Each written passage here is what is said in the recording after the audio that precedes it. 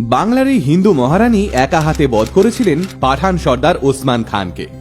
মুঘল সম্রাট আকবর পর্যন্ত বাংলার এই মহারানীর বীরত্বে মুগ্ধ হয়ে তাকে রায় বাঘিনী উপাধি দেন। পাঠান, আফগান, মুঘল বাংলার এই মহারানীকে জমের মতো ভয় পেতেন সবাই। রানীর আতঙ্কে মুসলিম শাসকরা পা রাখতে সাহস পেত না বাংলায়। অথচ আমরা বাঙালি হয়েও মহারানী ভবশঙ্করীর সাহসিকতা সম্পর্কে প্রায় কিছুই জানি না। আর তাই আজকের ভিডিওতে আমরা কথা বলবো হাওড়া, হুগলি, বর্ধমান এবং মেদিনীপুরকে একা হাতে শাসন করা মহারানী রায়বাঘিনী ভবশঙ্করীকে নিয়ে, যার কাছে দেবী চণ্ডীর আশীর্বাদপ্রাপ্ত এমন এক তরোয়াল ছিল যে তরোয়ালের জোরে তিনি আটকে দিয়েছিলেন মোগল, পাঠান এবং আফগানদের, আর একাই রক্ষা করেছিলেন গোটা বাংলাকে। ভবশঙ্করী দেবীর জন্ম বাংলা ভূমির ভুরসুট রাজ্যে। তখন হাওড়া এবং হুগলি জেলাকে একত্রে ভুরসুট বলা হতো, কারণ তখন এখানে দেশের তাবর তাবর বণিক বা ভুরিরা বসবাস করতেন। এই ভুরসুট রাজ্যের পেঁড়ো দুর্গের সেনাপতি ছিলেন দীননাথ চৌধুরী, আর ভবশঙ্করী দেবী ছিলেন দীননাথের কন্যা। খুব অল্প বয়সে মা মারা যাওয়ায় বাবার কাছেই মানুষ হয়েছিলেন ছোট্ট ভবশঙ্করী। খুব অল্প বয়স থেকেই বাবার কাছে ঘোড়া চালানো, অস্ত্র চালানো এবং তীরন্দাজিতে পারদর্শী হয়ে ওঠেন। ভবশঙ্করী দেবী যখন বড় হন তখন ওর বিবাহ হয় ভুরসুটের রাজা রুদ্রনারায়ণের সঙ্গে। কিন্তু সন্তান প্রতাপ নারায়ণের জন্মের পরেই মারা যান রুদ্রনারায়ণ, আর তারপর বহু কষ্টে নিজেকে সামলে নিয়ে ভুরসুটের সিংহাসনে মহারানী হিসেবে বসেন ভবশঙ্করী দেবী। সেই সময় সারা ভারতবর্ষে মুঘল, পাঠান আর আফগানরা মিলে লুটপাট চালাচ্ছে, দখল করে নিচ্ছে একটার পর একটা রাজ্য। বাংলাতেও তখন কিছু অংশে ঢুকে পড়েছে মুঘল এবং পাঠানরা। এদিকে সিংহাসনে বসার পর থেকেই হাওড়া এবং হুগলি ছাড়িয়ে বর্ধমান এবং মেদিনীপুরেও সাম্রাজ্য বিস্তার করে ফেলেন মহারানী ভবশঙ্করী। ছোটবেলা থেকেই দেবী চণ্ডীর পুজো করতেন মহারানী। লোকমতে দেবী চণ্ডীর আশীর্বাদ ছিল মহারানীর ওপর।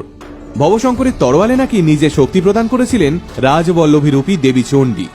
এক মহিলা শাসককে এহেন দ্রুতগতিতে সাম্রাজ্য স্থাপন করতে দেখে আঁতে ঘা লাগে পাঠান সর্দার ওসমান খানের। কারণ তখন চতুর্দিকে ভবশঙ্করী দেবীর রমরমা। একের পর এক দুর্গ স্থাপন করছেন, মহিলা সেনাবাহিনী তৈরি করছেন। গরিব দুঃখী প্রজারা রীতিমতো মাথায় তুলে নাচছে মহারানীকে নিয়ে। ভবশঙ্করীর এই উত্থান দেখে ওসমান খান একটা ষড়যন্ত্র করলেন।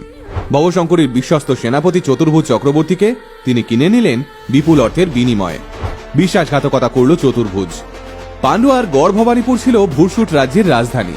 এই ভবানীপুর থেকে 14 মাইল দূরে বাঁশডিঙা গড়ের এক কালী মন্দিরে কিছু দেহরক্ষীকে সঙ্গে নিয়ে পুজো দিতে গেছিলেন মহারানী ভবশঙ্করী।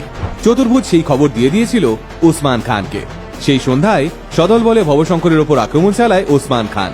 ওই কয়েকজন দেহরক্ষীকে নিয়েই সারা রাত যুদ্ধ চালান রানী ভবশঙ্করী, আর অবশেষে পাঠান সর্দার ওসমান খানকে নিজের হাতে বধ করেন তিনি। এক মহিলা শাসকের একা হাতে পাঠান সর্দার বধের খবর ছড়িয়ে পড়ে সারা দেশে। সম্রাট আকবরের মোগল সেনা তখনও বাংলায়। তড়িঘড়ি নিজের সেনাপতি মান সিং এর কাছে খবর পাঠান আকবর, যাতে মোগল সেনারা ভুল করেও ভুরসুটে না ঢোকে। তার বদলে তিনি ভবশঙ্করীর সঙ্গে একটা বন্ধুত্বপূর্ণ চুক্তি করেন। ঠিক হয় কেউ কারো রাজ্য আক্রমণ করবে না। ঐতিহাসিকদের মতে রানীর সাহসিকতায় মুগ্ধ হয়ে সেই সময়ই ওকে রায়বাঘিনী উপাধি দেন সম্রাট আকবর। আগে হ্যাঁ, এতটাই বীরাঙ্গনা ছিলেন মহারানী ভবশঙ্করী। তিনি হাতির পিঠে চড়ে সামনে থেকে যুদ্ধে নেতৃত্ব দিতেন, একা হাতে বুনো মোষের দলকে পরাস্ত করতেন। এতটাই শক্তিশালী একজন নারী ছিলেন তিনি। কিন্তু শেষ বয়সেই মহারানী ভবশঙ্করী ছেলে প্রতাপ নারায়ণের হাতে সাম্রাজ্যের ভার তুলে দিয়ে কাশী চলে যান। সেখানে গিয়ে জীবনের শেষ দিন অবধি সন্ন্যাসিনীর মতো জীবনযাপনও করেন। এই বাংলার বুকে আজও হাওড়ার উদয়নারায়ণপুরে রায়বাঘিনী মন্দির রয়েছে। 2012 সাল থেকে এই উদয়নারায়ণপুরেই প্রতি বছর ধুমধাম করে রায়বাঘিনী ভবশঙ্করী মেলা অনুষ্ঠিত হয়। গড় ভবানীপুর জায়গাটাকেও আজ পর্যটন কেন্দ্র হিসেবে নতুন করে সাজানো হচ্ছে। তবে সত্যি কথা বলতে গেলে রায়বাঘিনী রানী ভবশঙ্করীর যতটা সম্মান প্রাপ্য ছিল ততটা সম্মান তিনি বাঙালিদের থেকে পাননি। আমরা ঝাঁসির রানী লক্ষ্মীবাঈয়ের কথা জানি, কিন্তু বাংলার একটা বিস্তীর্ণ অংশকে বহিরাগত শাসকদের হাত থেকে রক্ষা করা ভবশঙ্করীর ব্যাপারে তেমন কিছুই জানি না। আর তাই আলটিমেট মোটিভেশন টিমের একটাই আবেদন, এক বাঙালি মহারানীর এই সাহসিকতার কাহিনীকে যতটা সম্ভব ছড়িয়ে দিন বাঙালিদের মধ্যে, যাতে বাংলার শক্তি জাগ্রত হয়, বাঙালির শক্তি জাগ্রত হয়। আলটিমেট মোটিভেশন, বাংলায় মোটিভেশন, বাঙালির মোটিভেশন।